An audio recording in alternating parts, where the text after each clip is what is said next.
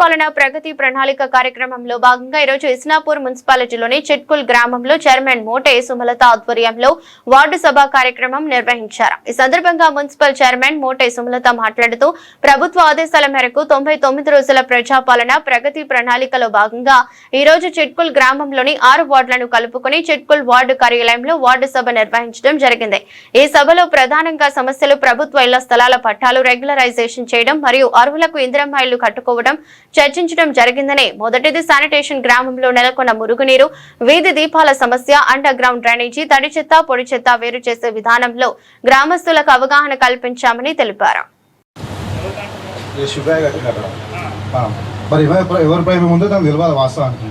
లేని వాళ్ళు చాలా మంది ఉన్నాము. నేను ఏమంటా ఒక్క నిమిషమే, నా ఇంట్లో మీకు తెలుసు 30 years నుంచి ప్రాబ్లం ఉంది.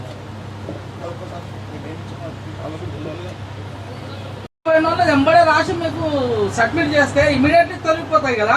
అవి అలా పెండింగ్ పెట్టి ఇప్పుడు 10 సంవత్సరాల కింద చనిపోయిన పేర్లు ఇప్పటికి ఉన్నాయి. మరి బిఓలకు తెలియకుండా ఎలా ఉంటున్నాయి? గ్రామంలోనే కదా వాళ్ళు ఉండేది. లోకల్ బిఓలకు అయితే ఖచ్చితంగా తెలియాల్సిందే. తెలిసినప్పుడు ఇమీడియట్ గా రాసేసి చనిపోయిందని తీసేయండి. అందులో భాగంగానే ఇప్పుడు మన ఈ ప్రక్రియలో భాగంగానే ఇప్పుడు మనకు వచ్చింది. అది గుర్తుపెట్టుకొని చేస్తా ఉంటే ఇలా సమస్యలు రావు కదా. ఈ ప్రక్రియలో భాగంగా ఇప్పుడు అదే అయితే వెళ్ళి ఇప్పుడు మీకు ఆల్రెడీ లోకల్ వాళ్ళే కాబట్టి మీకు అన్ని తెలుసు. ఆ చనిపోయిన వాళ్ళు మీకు ఎప్పటి నుంచో చెప్తున్నాము ఏఎస్డి లిస్ట్ తయారు చేయమని చెప్పి, ఆబ్సెంట్, షిఫ్టెడ్, డెత్ అనేటువంటిది తయారు చేయమని చెప్తున్నాము. అదే విధంగా తయారు చేసుకోండి. ఆ లిస్ట్ కూడా మాకు స్ప్రెడ్ షీట్ లో పెట్టినవి కొట్టండి. తర్వాత మీ యాప్ నుంచి ప్రాసెస్ చేయండి. సైడ్ సార్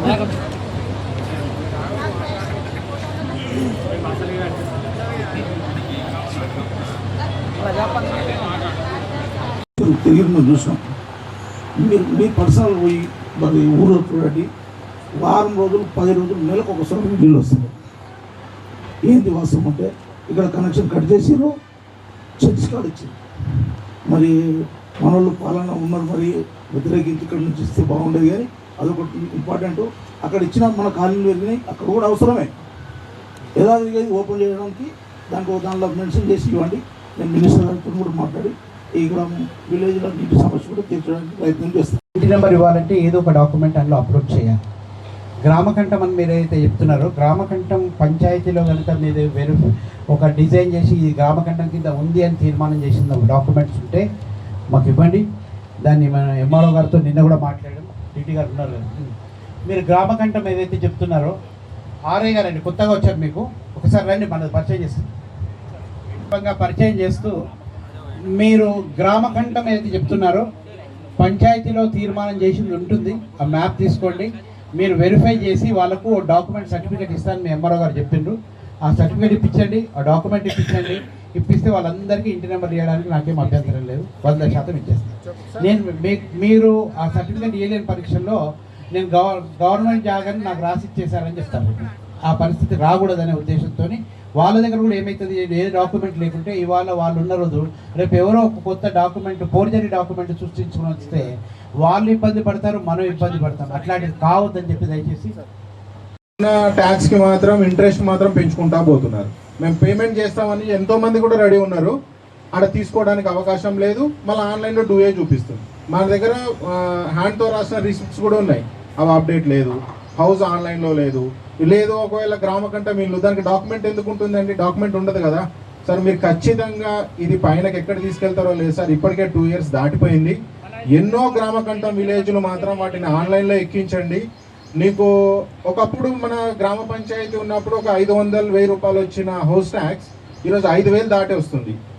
అది ఏ విధంగా వస్తుంది? ఎవరిని అడిగినా మా వార్డ్ ఆఫీసర్ గారు తెలియదు అంటారు, మేనేజర్ గారికి తెలియదు అంటారు, కమిషనర్ గారు మీరైతే బిజీ ఉంటారు కాబట్టి మేము అలా అడగలేము. మాకు వార్డ్ ఆఫీసర్ గురించి ఇంకొకసారి మేడంని పెట్టారు, కానీ మేడంని మీరు వేరే డ్యూటీస్ పెట్టడం వల్ల తను రావట్లేదు. మాకు ఓన్లీ చిట్కుల్ వార్డ్ ఆఫీసరే కావాలి, తను ఇక్కడే ఉండాలి. పల్లిలో గల పలు సమస్యల పరిష్కారం కొరకు విన్నపం. ఈ లేఖ ద్వారా నేను తెలియజేయ విషయం ఏమనగా, ఇస్నాపూర్ మున్సిపాలిటీ పరిధిలోని వార్డు నెంబర్ 4 చిట్కుల్ గ్రామం గతంలో గ్రామ పంచాయతీగా ఉండి ప్రస్తుతం కొత్తగా ఏర్పడిన ఇస్నాపూర్ మున్సిపాలిటీలో ఒక వార్డు విభాగంగా మారిన విషయం తెలిసిందే. చిట్కుల్ గ్రామంలోని వార్డు నెంబర్ 4 గల సర్వే నంబర్ 329 కాలనీలోని ప్రజలు నిత్యం ఎన్నో ఇబ్బందులకు గురవుతున్నారు. నిత్యం వారు ఈ దిగువ పేర్కొన్న సమస్యలు ఎదుర్కొంటున్నారు.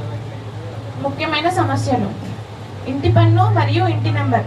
కాలనీలోని పలు ఇళ్లకు ఇంటి నంబర్లు కేటాయించి ఇంటి నంబర్ సమస్యకు పరిష్కారం చూపగలరు. అంతర్గత రోడ్లు. కాలనీలోని అంతర్గత రోడ్లు అధ్వానంగా ఉన్నందున వాటికి మరమ్మతులు లేదా కొత్త రోడ్ల నిర్మాణం చేపట్టాలి. చేసే విధానం కొద్దిగా తేడా ఉంది కాబట్టి వాళ్ళు కూడా తప్పించుకొని తిరుగుతున్న విషయం మా దృష్టికి కూడా వచ్చింది.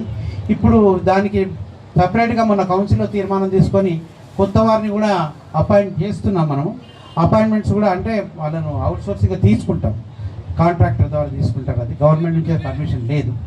దాన్ని కూడా ఈ వారం రోజుల్లో కంప్లీట్ చేసుకొని పూర్తి స్థాయిలో మీకు ఇక్కడ స్ట్రీట్ లైట్స్ చూడడానికి, వాట్సాప్లో చూడడానికి కూడా ఒక సిస్టమ్ తయారు చేస్తున్నాం. కౌన్సిలర్స్ మాకు రెగ్యులర్గా దాన్ని పర్సూ చేస్తున్నారు. వాళ్ళు కూడా ఏం ఊరుకోవట్లేదు. కాకపోతే లేడు కాబట్టి ఒకదాని తర్వాత ఒకటి చేసుకుంటూ వచ్చేలో మాకేం బేషిదాలు లేవు. అక్కడ వేయాలి, ఇక్కడ వేయాలి అని, ఇక్కడ వేయొద్దని ఏ కౌన్సిలర్ కూడా ఇప్పటి వరకు అట్లాంటి ఆలోచనతో మాకు చెప్పలేదు. మా సిబ్బంది కూడా నా దృష్టికి తీసుకురాలి. అట్లా మేము నన్ను అపాలజీ అడుగుతున్నాను, ఎందుకంటే మీకు ఇబ్బంది అయింది కాబట్టి గవర్నమెంట్ తరఫున చేయకూడదు. మేము మీకు అలాంటి ఆలోచనలు మా కౌన్సిలర్స్కి కానీ మాకు కానీ లేదు. దయచేసి మీరు అలాంటి ఆలోచన పెట్టుకోకండి. మీకు ఇబ్బంది కలిగితే కౌన్సిలర్స్ చెప్పొచ్చు, నాకు మెసేజ్ పెట్టేయచ్చు. ఏ నెంబర్లు ఉంటుంది కాబట్టి మాకు రోజుకు 2-3 సార్లు గూగుల్ మీట్లు. ఇక్కడ ఉన్న సార్ ఉన్నాడు, మా సార్ డీటీ గారి వెళ్ళిపోయారు, ఆయన నాకు పెడుతుంటాడు. ఎలక్షన్ దానికి కానీ, లేక సెన్సెస్ కానీ, ఈ రెగ్యులర్ డెవలప్మెంట్ కానీ, దీనికి వీడియో కాన్ఫరెన్స్లు గూగుల్ మీట్లు జరుగుతున్నప్పుడు 1-1.5 గంట దాని మీదే ఉంటుంది. మీకు కాల్ వచ్చినప్పుడు లేపలేని పరిస్థితి ఉంటుంది, నేను కట్ చేయలేను. అందుకని కొన్నిసార్లు మేము మా కౌన్సిలర్స్ కూడా చెప్తుంటారు, మీరు ఫోన్ లేపలేదు సార్ అంటే వాళ్ళకి అర్థమైపోయింది. ఒక నెల చూశారు, దాని తర్వాత వాళ్ళు వచ్చి మాట్లాడడానికి కూర్చున్న ముందర వీడియో కాల్ నడుస్తుంటుంది కాబట్టి నేను మాట్లాడలేని పరిస్థితి ఉంటుందని అర్థమై మీద నుండి మెసేజ్ పెడతారు. వాయిస్ మెసేజ్ పెట్టండి మీరు, పర్లేదు, నేను